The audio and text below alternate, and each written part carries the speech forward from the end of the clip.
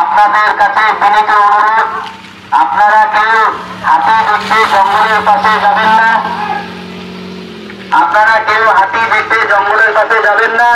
ঠিক এইভাবে মাইকিং করে হাতি দেখতে যেতে বারণ করা হচ্ছে বীরপাড়াবাসীদের বন দফতরের পক্ষ থেকে।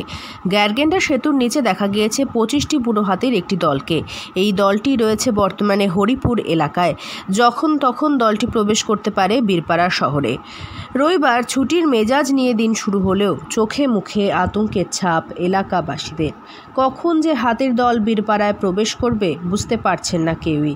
বন দপ্তরের তরফে বারবার মাইকিং করে সতর্ক করা হচ্ছে বীরপাড়াবাসীকে। দিনের আলোতে ঘুরে বেড়াচ্ছে 25টি বুনো হাতির একটি দল। ছোট বড় হাতি রয়েছে এই দলটিতে। এদিন সকালে স্থানীয় বাসিন্দারা হাতির দলটিকে দেখতে পান 48 নম্বর এশিয়ান হাইওয়ে গ্যারগেন্ডা সেতুর নিচে। হাতি দেখতে ভিড় জমে গেল।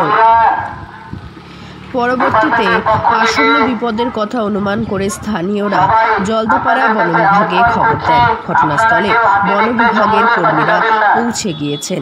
হাতির দলটিকে জঙ্গলমুখী করার চেষ্টা চলছে। হাতির দল দেখতে উৎসাহী মানুষেরা ভিড় করেছেন। বন বিভাগের কর্মীরা সকাল থেকে মাইকিং করে সাধারণ মানুষদের সতর্ক করার কাজ করছেন। এর আগের বছর ফালাকাটা শহরে প্রবেশ করেছিল দুটি বুনো হাতি। শহরের বিভিন্ন প্রান্তে ঘুরে বেরিয়েছিল হাতি দুটি। সেই দৃশ্য বীরপাড়ায় দেখা যাবে না তো? উঠছে প্রশ্ন। বন দপ্তর থেকে এলাকায় মাইকিং চলছে। জনগণকে ঘরের বাইরে বের হতে নিষেধ করা হচ্ছে। কেউ যেন হাতি দেখতে চলে না যায় এই বিষয়ে এলাকায় মাইকিং চালাচ্ছে বন দপ্তরের কর্মীরা।